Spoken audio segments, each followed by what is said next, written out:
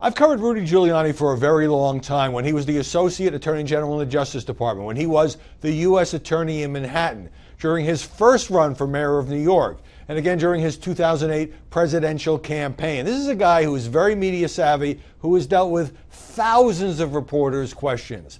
But boy, did he blow things up when he went on Fox News, first on Hannity, and then yesterday on Fox and Friends.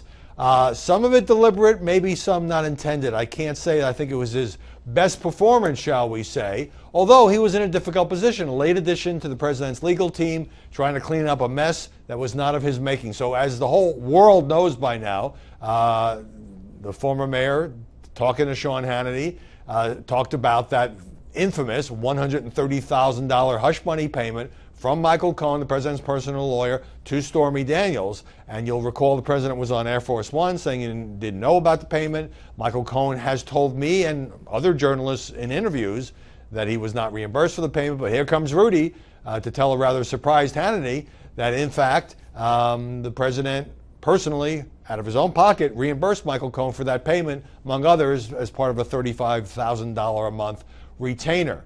So this has led to an avalanche of negative coverage because it seems obvious that somehow the story got changed.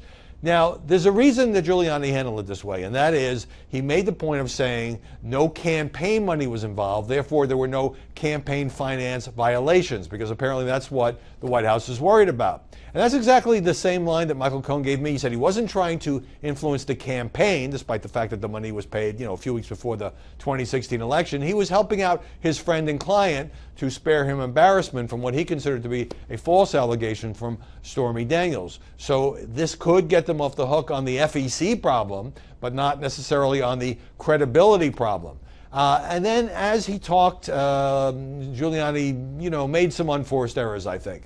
For example, he talked about, well, what Cohen was doing was trying to save the marriage. Save their reputation. So he's bringing in the First Lady and the marriage. There was also, other comments about Jared Kushner is a fine man, but he's disposable because he's a man. But unlike Ivanka Trump, nobody should touch her, nobody being Mueller. And then I'm sure this was deliberate, and I'm sure the president liked it, but, Rudy going after Bob Mueller. First he goes after Jim Comey, a disgraceful liar, a pervert. That was a new one on me. And then going after Mueller and talking about his silly deposition. Okay, so Rudy is no longer just, a commentator spouting off on television or a friend of Donald. He's the guy who's negotiating with Mueller to try to deal with whether there will be an interview with the president, how long it would be, what the scope would be. Unduly antagonizing him might not be the best course. Doesn't have to take legal advice from me, of course. But a lot of people in the White House didn't know Rudy was going to do this. The president apparently did.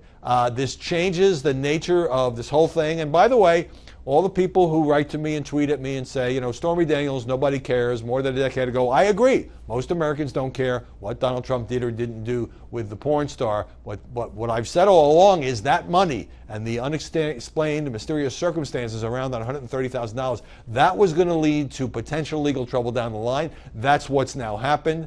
And as the president says, we'll have to see what happens.